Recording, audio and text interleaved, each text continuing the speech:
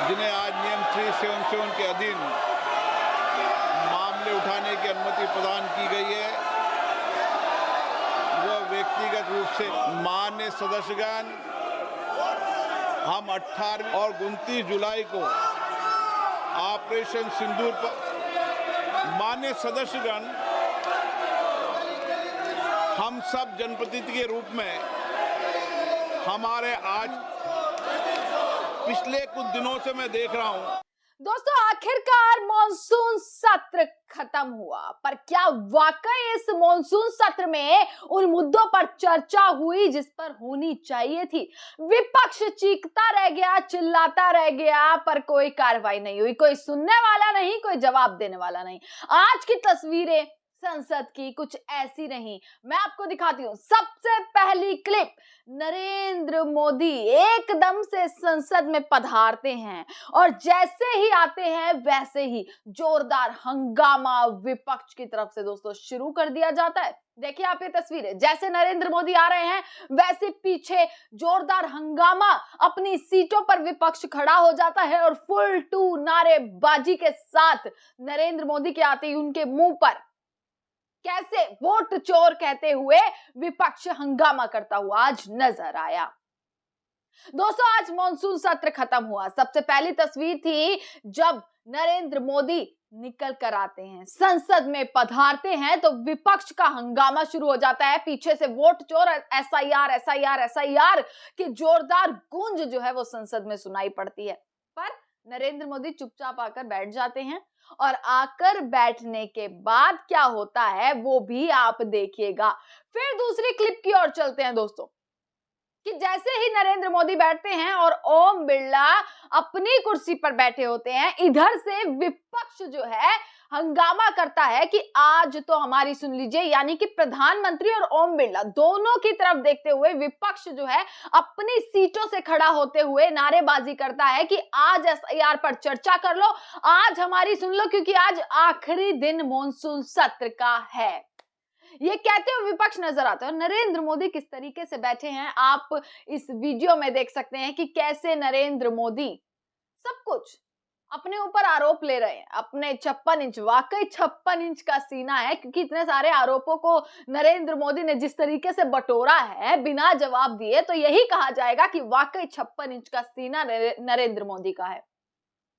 Vote चोर, SIR, बोलते रहे, चिल्लाते रहो, चीखते रहो, विपक्ष बोलता रहा, पर नरेंद्र मोदी अपनी कुर्सी से टस से मस नहीं हुए। कितनी देर?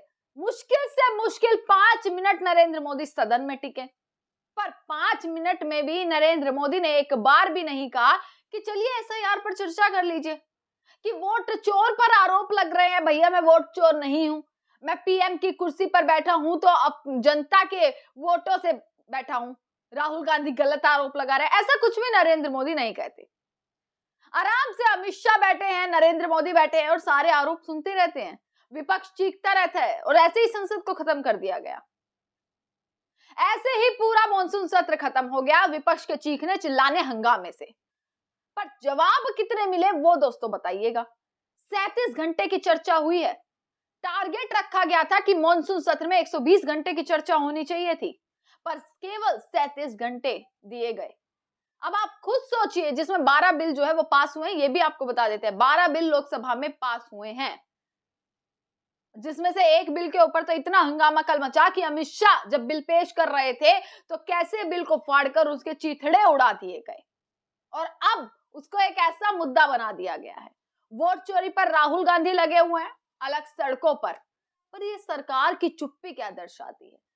सरकार की चुप्पी, ये डर, ये भय साफ साफ दर्शा रही है कि कुछ तो गड़बड़ है। चुनाव आयोग की प्रेस कॉन्फ्रेंस, जिससे लोग समझ रहे थे कि हम संतुष्ट हो जाएंगे, पर चुनाव आयोग ने किसकी भाषा में जवाब दिया? चुनाव आयोग के पीछे कौन है और चुनाव आयोग के आगे कौन है? ये एक प्रेस कॉन्फ्रेंस ने सारे तमाम सबूत रख दिए देश के सामने। जहां कुछ लोग ये सोच रहे थे कि शायद राहुल गांधी गलत बोल रहे हैं, वहां अब उन लोगों के दिमाग में भी ये चीजें आ गई हैं चुनाव आयोग की प्रेस कॉन्फ्रेंस के बाद, कि वाकई में जवाब तो देखिए मिलने चाहिए, उन जवाबों पर बात होनी चाहिए। आज 5 मिनट के लिए नरेंद्र मोदी आए। जब संसद शुरू हुई थी दोस्तों, तो आपको याद होगा वैसे ही नरेंद्र मोदी पधारे और कुछ चंद मिनटों में नरेंद्र मोदी संसद से बाहर चले गए।